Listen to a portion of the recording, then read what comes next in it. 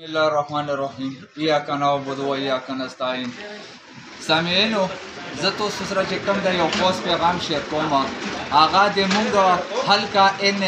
27 چې کومه ده په دا باندې د پاکستان تحریک انصاف هغه چې کوم متفق امیدوار دی ټیکټ هولډر دی ټیکټ ورته میلاو دی هغه دی حاجي اقبال صاحب انتخابي نشان یې چې کوم دی پیولادو او وسرا چې کوم دی په پی کې 71 باندې عبدالغني د پاکستان تحریک انصاف نامزد امیدوار دی د هغه انتخابي نشان چې کوم دی ټرانسفارمر دی وسرا په پی کې 70 باندې د پاکستان تحریک انصاف هغه چې کوم امیدوار دی هغه سهیل بای دی د هغه انتخابي نشان غاړې دو او وسرا په پی کې 69 باندې چې کوم د پاکستان تحریک انصاف نامزد امیدوار دی هغه عدنان قادری دی چې د هغه انتخابي نشان پیولادو نو چې ادانه با علاوه کم کینډیډیټ هغه د خان صاحب جانډا یا د خان صاحب فلیک استعمالوي خبر شو دا رانګ نمبر دی دا غلط نمبر دی کچیر دا د پی ټی آی دغه ورکر زون لویلی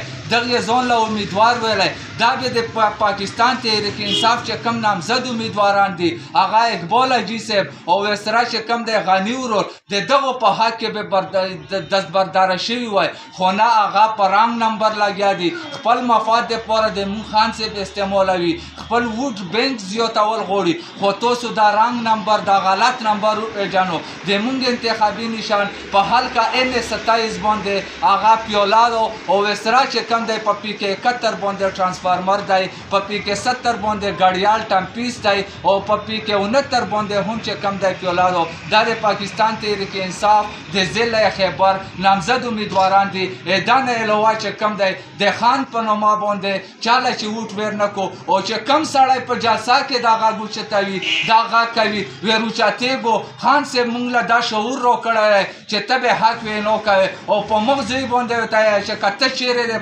پاکستان تحریک انصاف هغه چې کم دی ورکر وي یا یې امیدوار ځان ګڼې نو مهرباني وکړئ پاکستان تحریک انصاف کینډیډیټ معلوم دي د هغو په حق کې دستبرداره شه او کنې خلمو ته جواب انشاءالله د ووټ په بدله کې نه ویني په 8 فروری باندې د ظالم خلاف راووځو او خپل ووټ چې کم دی هغه د خان صاحب په مت کې چې کم دی هغه تاسو کاسب کو او خان صاحب یو ځل بیا چې کم دی دغه ملک وزیر اعظم راولو او دغه د بدامنۍ او دغه د فستایت چې کم لهر روان دی دا له اختتام دوام ورکو او انشاءالله جیت په د خان وي 8 فروری 2024 ټول وړه و زوړه راووځو او د خپل ووټ هم کاسب کو او د ووټ دفاع هم کو ډېره مننه مهرباني